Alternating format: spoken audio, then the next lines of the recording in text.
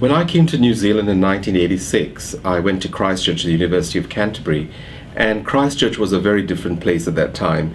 As you can imagine, there were very few ethnic minority people back in those days, and I stood out like a sore thumb. And I think people sort of saw me differently than they did other people. They sometimes wondered, was I smart as them? Do I think and behave like them? Was I inferior in some way? So I did face a number of challenging situations, to say the least, where my color, ethnicity, national origin was very much a part of how people related to me, not always positively, I might add. Was a very difficult time, but also enormously edifying time. When you face adversity, you can either sink or swim, and I chose to swim.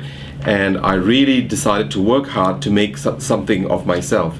So when I finished my law degree, the first thing is I ran my own business for a number of years. It was a restaurant, which I really enjoyed. And then I decided I'd change career, and I went into the private sector, and I worked for an oil company for several years. Job was good, it paid really well, career prospects were wonderful, but I decided that it just simply wasn't fulfilling me as a person. I'm sure it's great for other people, but for me it just didn't quite work.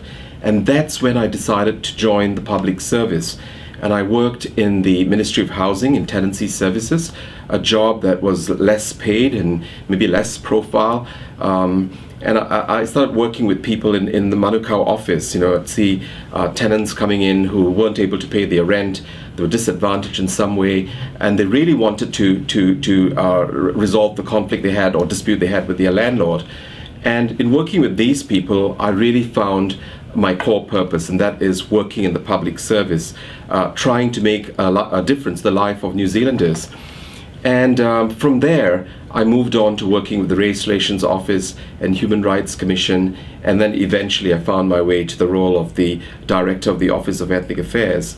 Now, in this project that you are involved in, I understand that you are looking to become a part of the public service. And one of the things that is not working as well as it could in the public service is having people of ethnic minority background at the most senior levels of the public service, where important decisions are made. I am one of the few people who's been very fortunate to have been able to make my way through to the higher echelons of government, where I work with ministers and policymakers and chief executives from a wide range of agencies in a way that can actually contribute to building a better New Zealand. And I really believe we need more people from ethnic minority backgrounds to work in the public service, because it is those insights that people from diverse backgrounds bring to the development of policies, to the delivery of services, to engaging with the public that can make a real difference.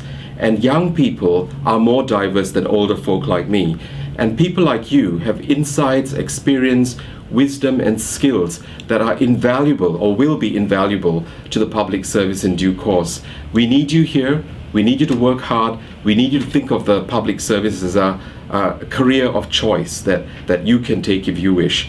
So I wish you all the very best in the program. I'm so sorry I couldn't be with you today, or my diary simply did not permit, although I had planned to be there with you. And I wish you all the very best. And I hope you will join me one day in working in the public service, because it is truly one of the most fulfilling things that you can do.